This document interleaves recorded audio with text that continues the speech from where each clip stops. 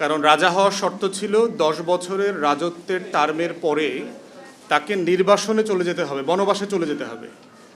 এবং সেই বনবাসটা ছিল আপনার একটা মরুভূমির মতো, একটা বিচ্ছিন্ন আইল্যান্ডের মতো একটা জায়গা, এবং আলটিমেটলি সব রাজাই ওখানে মারা গেছেন, এর আগে যারা রাজা হয়েছেন। তো সাডেনলি চলমান সময়ের যিনি রাজা, উনি মারা যাওয়ার পরে ওখানে বিজ্ঞাপন দেওয়া হয়েছে। পুরাতন আমলের বিজ্ঞাপন জানেন যে আপনার ঢোল তবলা নিয়ে অ্যালান করা হতো বাজারে বাজারে গিয়ে যে রাজার পদ খালি হয়েছে, কে কে রাজা হতে চান। তো দিনের পর দিন চলে যাচ্ছে, সপ্তাহ চলে যাচ্ছে, মাস চলে যাচ্ছে, কিন্তু কেউ রাজা হতে চায় না। কারণ রাজা হওয়ার কনসিকোয়েন্সটা সবার মাথায় আছে যে রাজা হইলে পরেই হচ্ছে আমাকে আবার নির্বাসনে যেতে হবে এবং আমার একটা করুণ মৃত্যু আছে। তো সেই বাজারে থেকে একটা ছেলে অনেক মাস পরে সাডেনলি দেখব যে রাজত্বের পদটা খালি পড়ে আছে, দেশের সভরেন্টি কম্প্রোমাইজ হওয়ার সম্ভাবনা তৈরি হয়েছে। তিনি আবেদন করে বললেন যে সিনেটের কাছে যে আমি রাজা হব। তো সবাই তো, তার পরিবার, তার তার কাছের মানুষগুলো সবাই খুব আশ্চর্য হয়েছে যে তুমি কেন মরতে চাও, তুমি কেন নির্বাসনে যেতে চাও। তো বলে যে আমি নির্বাসনে যাব না, আমি দেখবো আমি কি করি আর কি। তো তিনি রাজা হইলেন। খুব ঝাঁকঝমকপূর্ণ অ্যাসেনশন হয়েছে। অ্যাসেনশনের পরে সে যেটা করেছেন, প্রথম কাজটা হচ্ছে তাকে নির্বাসনে যাবার জন্য যেই জায়গাটা, যেই দ্বীপটাকে অ্যাসাইন করা হয়েছিল, সেটা সংস্কারের উদ্যোগ নিলেন তিনি। এবং ওই দ্বীপটাকে ওই রাজ্যের ভিতরে সংস্কার করে এত সুন্দর করলেন যে মানুষ মনে করছে যে সে এখন যেই যেই পাড়ায় পল্লীতে থাকেন, যেই যেই মহল্লায় থাকেন, তাদের সেই মহল্লা থেকে মাইগ্রেট করে ওই বনবাসের দ্বীপটাতে চলে যাওয়া দরকার। এবং তারপর যেটা হয়েছে যে 10 বছর পরে তার একটা ব্রিলিয়ান্ট স্প্যানিশ রিসোর্টে আপনার পেনশন রিটায়ার্ড লাইফ কাটানোর একটা অপরচুনিটি তৈরি হয়েছে এবং সে সেখানে সুখে শান্তিতে পরিবেশ বসবাস করতে লাগলেন, দার্জিলিং সিলিংয়ের মতো করে আর কি। তো সংস্কারটা কেন দরকার? সংস্কারটা দরকার হচ্ছে যে while you are in opposition you need to look after your island. আপনার ওই যে একটা মনের দ্বীপ লাগবে, যে আপনার একটা সোনা দ্বীপ লাগবে না? একটা সোনা দ্বীপের গল্প করেছেন না সবাই? পদ্মা নদীর মাঝে যে একটা দ্বীপের কথা বলা আছে না, যে আমার একটা দ্বীপ, যে আমার, এবং এই দ্বীপটা কিন্তু সে কল্পনায় এঁকেছে যে আমার সেই দ্বীপটা কেমন হবে। 24-এর গণ অভ্যুত্থান যেটা করেছে সেটা হচ্ছে আমরা যখন দায় ও দরদের রাজনীতির কথা বলছি, আমরা যখন বাংলাদেশ 2-এর কথা বলছি, আমরা কিন্তু সেই ময়না দ্বীপের কথা বলছি আসলে। ওই যে আমার একটা ময়না দ্বীপ, যখন আমার মন খারাপ থাকে আমি কই চলে যাই? আমি সেই পদ্মা নদীর পাড়ে আমার ময়না দ্বীপে চলে যাই। আমার যখন মন খারাপ থাকে, আমার ভালোবাসার মানুষটার দৃষ্টি আকর্ষণ করতে পারছি না, তখন আমি কি করি? ওই নদীর পাড়ে ঝড় বৃষ্টিতে নৌকায় বসে আমার সেই ময়না দ্বীপটাকে আমি কল্পনা করি। ওইখানে আমার সাগরকন্যা থাকে। তো ওই সাগরকন্যাটা হচ্ছে বাংলাদেশ 2। ওই সাগরকন্যাটা হচ্ছে 24-এর গণ অভ্যুত্থান, যেইখানে আমি আমার ময়না দ্বীপটা করতে চাই। এখন সেই ময়না দ্বীপটা হবে কিভাবে? এই ময়না দ্বীপের ম্যানিফেস্টো হচ্ছে এইরকম শত শত হাজার হাজার পৃষ্ঠার কাগজ। এই ময়না দ্বীপের গল্প লেখা আছে, আমার প্রিন্সেস ডায়ানার গল্প লেখা আছে, আমার বাংলাদেশ 2-এ সেই সাগরকন্যার গল্প লেখা আছে। ওইখানটাই হচ্ছে এমন যে ওইটাকে ভালোবেসে দরদ দিয়ে ওই বনবাসের জীবন কাটানোর জন্য ওটা বানাইতে হবে। যদি ওইটা বানান তাহলে দেখবেন জেলে যাইতে আর কোনো রাজনৈতিক কর্মী ভয় পাবে না, আন্দোলন করতে কেউ ভয় পাবে না, সত্য কথা বলতে ভয় পাবে না। তো সেই জায়গা থেকেই হচ্ছে সংস্কারের প্রয়োজনটা বারবার কেন আমরা ইগনোর করছি, কারণ আমরা আসলে ময়না দ্বীপটাকে এখনো কল্পনা করতে পারছি না, ওই বনবাসের দ্বীপটাকে এখনো কল্পনা করতে পারছি না। ওখানে যে আমার সাগরকন্যা আছে, ওইটা যেদিন এই দেশের মানুষ বুঝবে যে ওইখানে আমার বাংলাদেশটা আছে। ওই যে আপনার একটা রোমান্টিক গান আছে না, যে আমি কাউকে বলিনি সে নাম, কেউ জানে না, না জানে আড়াল, জানে কান্নার রং, জানে জ্যোৎস্নার ছায়া। কান্নার যে রং হয় না এবং জ্যোৎস্নার যে ছায়া দেখা যায় না, সেটা কিন্তু ওই গভীরভাবে ভালোবেসে না বলতে পারার যে কষ্ট, ওইটা হচ্ছে বাংলাদেশ 2 যদি এই গণ অভ্যুত্থান থেকে আমরা করতে না পারি, আমাদের এই 24-এর গণ অভ্যুত্থানের সকল মানুষকে কিন্তু ওই আড়ালে থেকে থেকে কাঁদতে হবে একদিন, সবাইকে কাঁদতে হবে, এবং এমন ভালোবাসার মতো করে কাঁদতে হবে যে এই ভালোবাসার গল্প দিয়ে আপনি আর এই বাংলাদেশ করতে পারবেন না। ইটস টু লেট দেন। অতএব সংস্কারের এই আলোচনাটা হচ্ছে ওই ময়না দ্বীপকে ভালোবেসে আড়ালে থেকে থেকে আমার জ্যোৎস্নার রংটাকে ম্যাটেরিয়ালি বাস্তবায়ন করার মতো, যাকে দেখা যায় না, আমার কান্নার রংটাকে রঙের দিয়ে ফুলেল করে ফেলার মতো করে জায়গা। এবং সেটার জন্য হচ্ছে কি করতে হবে, আমার রাষ্ট্রের প্রত্যেকটা প্রতিষ্ঠানে যে আবর্জনা ময়লা জমে আছে সেই ময়লাগুলোকে সরাইতে হবে। তো সরানোর পথ কি? বাড়িতে, বিল্ডিংয়ে, ঘরে আমরা আমাদের কাজের লোকরা অথবা আমাদের ঘরের মানুষরা আমরা পরিষ্কার পরিচ্ছন্ন করি না, ছাফ জঙ্গল করি না? খেতে যখন নিড়ানি দিতে হয় তখন কৃষক কী করে? ময়লা পরিষ্কার করে। রাষ্ট্রের গায়ে যখন ময়লা লাগে তখন কিন্তু রক্ত দিয়ে পরিষ্কার করতে হয়। এই জন্য দেখবেন আমরা আন্দোলন করি কেন? কারণ রাষ্ট্রের পরতে পরতে ময়লা জমেছে, ওইটা ঝাড়ু দিয়ে পরিষ্কার করা যায় না, ওটা আন্দোলন করে রক্ত দিয়ে পরিষ্কার করতে হয় বারবার। এখন আপনি কতবার লড়াই করে আপনার গায়ের, আপনার দালানের, আপনার সমাজের, আপনার রাষ্ট্রের সেই ময়লা পরিষ্কার করে আপনার সেই স্বপ্নের ময়নাদ্বীপটা বানাবেন? এখন এখানে লার্জলি যা বলা আছে, ফ্যাক্টসে চলে আসি, মোটা দাগে একমত। দুইটা বিষয়ে শুধু আমি কথা বলবো। প্রথম কথা হচ্ছে, আমি নীতিগতভাবে এবং আমার দল, আমরা দুইটা চেম্বারের পক্ষপাতী না। আমরা মনে করি যে বাংলাদেশ রাষ্ট্র এখনও এত ম্যাচিওর হয় নাই পলিটিক্যাল ডেমোক্রেসিতে যে তারা দুইটা চেম্বারের যে ব্যুরোক্রেটিক প্রবলেম আছে, যে পিং পং সিচুয়েশন আছে, সেই সিচুয়েশনটা হ্যান্ডেল করতে পারবে। যদিও আমাদের পার্টির পক্ষ থেকে বলা হয়েছে আমরা লার্জলি কনসেনসাস বেস জায়গাতে একমত হব। যদি মোটা দাগে সব দলগুলো দুইটা চেম্বারের ব্যাপারে কাজ করতে একমত হয়, আমরা এত রিজিড না যেটা মানব না।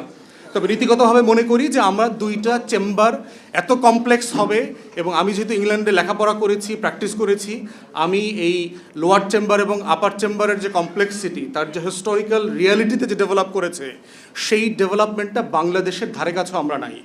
যেই রাষ্ট্র একটা চেম্বারকে এখনও ফাংশনাল করতে পারে নাই, যেই দেশে এখনও 100 জন ভালো মেম্বার অফ পার্লামেন্ট হয় নাই, সেই রাষ্ট্রে আপনি দুইটা চেম্বার কীভাবে মেনটেন করবেন? এবং আমি রিপিটেডলি বলেছি বিভিন্ন জায়গাতে যে দুইটা চেম্বার করলে যেটা হবে, দ্বিতীয় চেম্বারটা হচ্ছে মমতাজ আর হইল সুবর্ণা মুস্তফাদের, আসাদুজ্জামান নূরদের ভরণ পোষণ কেন্দ্র হবে। যারা ধরেন প্রত্যেকটা আসনে 5 জন করে নমিনেশন সিক করে একটা বড় পলিটিক্যাল পার্টির, কয়জনকে নমিনেশন দেবে? 5 কোটি 10 কোটি টেন্ডার হাঁকাইলেন কোরবানির গরুর মতো, টেন্ডার হাঁকায় 5, 10, 20 কোটি দিয়ে তো টিকিট তো বেচবেন, বেচার পরে তো আরও 4 জন রয়ে গেল। তখন কি করবে? এদেরকে বুঝ দিবে, আচ্ছা তোমাকে বিআইডব্লিউটি এর চেয়ারম্যান বানায় দিব, তোমারে প্রতিমন্ত্রী বানায় দিব, তোমারে উপরের চেম্বারে নিয়ে যাব। তাহলে যেটা হবে, রাজনীতিকে ঘিরে করাপশনের আমার আরও লুটপাট বাণিজ্যের একটা জায়গা তৈরি হবে। এবং ওই 100 লোকেরও কিন্তু আবার লুটপাটের, ট্যাক্স ফ্রি গাড়ি, রাজুকের প্লট, ফ্ল্যাট, সুবিধা, বাটলার, এগুলো মেনটেন করবার জন্য আরও শত শত হাজার হাজার কোটি টাকা আমার ট্যাক্স পেয়ারদের জায়গা থেকে বরাদ্দ দিতে হবে। তাহলে দ্বিতীয় চেম্বার করবার জন্য আমার যে পলিটিক্যাল ম্যাচুরিটি দরকার, এইটা আমি প্রথম চেম্বারই আসলে করতে পারি। আমাদের দলের পক্ষ থেকে আমরা প্রস্তাব করেছি যে আমাদের এখন সংরক্ষিত আসন আছে শুধু মহিলাদের জন্য এবং 50। আমরা বলেছি এটাকে 100 করে দেন, এবং শুধু মহিলাদের জন্য না, এখানে মহিলা, সিভিল সোসাইটি, পিছিয়ে পড়া জনগোষ্ঠী, মাইনরিটি, উর্দুভাষী বাংলাদেশি, হরিজন কমিউনিটি, পাহাড়ি, সবাইকে এখানে আনেন। আমরা এই 100 লোকের পারফরমেন্স দুইটা সংসদে দেখি, তারা কেমন পারফর্ম করে। আমাদের দিক থেকে দেখবেন যে পলিটিক্যাল পার্টিসগুলো কি রাইট সিলেকশন করছে কিনা, না তারা আবার মমতাজদেরকে ফাইটটা যায়, চল্লা যায় টাইপের লোকদেরকে আনতেছে। আর যদি মনে করেন যে না, সিরিয়াস ক্যান্ডিডেট আসতেছে এই 100-র ভিতরে, আমরা দুইটা সংসদ পরে তখন সেকেন্ড চেম্বারে চলে যাব, যদি এটা ফাংশনাল হয়। কিন্তু যদি এটা ফাংশনাল যেহেতু হয় নাই, আমরা ভালো রোল মডেল পলিটিক্যাল মেয়েদেরকে কি আনতে পেরেছি? আমাদের গত সংসদে এই যে মেয়েদেরকে 30, 35, 50 করে আনলাম, কয়জন ভালো ফিমেল পলিটিশিয়ান আসছে যাদেরকে দেখে ইয়াং মেয়েরা, তরুণীরা পলিটিক্সে আসতে আগ্রহী হচ্ছে না তো? কারণ যাদেরকে দেখে রিডিং পড়তে পারে না বাংলা, এরকম মহিলা এমপিও আমরা দেখছি। বাজেট আসনে তার স্বামীর খুনের বিচার চাইছে, এরকম মহিলা এমপিও আমি দেখছি, যে বিএনপির আমলে আমার স্বামী মারা গেছে, ওইটা বিচার চাই মাননীয় প্রধানমন্ত্রী বাজেটের অধিবেশনে। বাংলাদেশে আপনার টোটাল, আমার সংসদের হিস্ট্রি আমি যতটুকু পড়েছি, আমার ডেফিনেশনে হয়তো ম্যাট্রিক্স একটু উঁচু হইতে পারে, 50 জন মেম্বার অফ পার্লামেন্ট, এমপি গত 53 বছরে বাংলাদেশ প্রডিউস করে নাই, 50 জনও করে নাই। গত 53 বছরের কথা বলছি, কিন্তু এক সংসদের কথা বলছি না। পার্লামেন্ট মেম্বার বলতে যা বোঝানো হয় দুনিয়াতে, যদি হাউস অফ কমন্সের স্ট্যান্ডার্ড আমি ধরি, তার 50 জনও 53 বছরে তৈরি করা যায় নাই। তাহলে সেখানে আপনি 300 থেকে 400 নিবেন, উপরে আবার 100 নিবেন, এই যে বিশাল হাতির পাল তৈরি করছেন, এবং এটার জন্য যে হাজার হাজার কোটি টাকা লুটপাটের বাণিজ্য, পলিটিক্যাল পার্টির সিন্ডিকেটেড করাপশনের স্পেস করে দিচ্ছেন, এটা যেটা করবে, দ্বিতীয় চেম্বার তো হবেই না, বরং যে কারণে আমরা সংস্কার চাই, ঠিক তার উল্টা রেজাল্টটা বয়ে নিয়ে আসবে। দ্বিতীয়ত যেটা হবে, দেখেন আরেকটা সমস্যা হলো সেকেন্ড চেম্বারের, একটা তো হচ্ছে পলিটিক্যাল পুনর্বাসন, সেকেন্ড চেম্বার আমাদের সিভিল সোসাইটিকে হত্যা করবে। একটা রাষ্ট্রের ন্যূনতম সিভিল সোসাইটির যে স্পেস দরকার, এখনই দেখেন অন্তর্বর্তীকালীন সরকার হওয়ার কারণে কি হয়েছে দেখেন, বাংলাদেশে কিন্তু এখন সিভিল সোসাইটি নাই।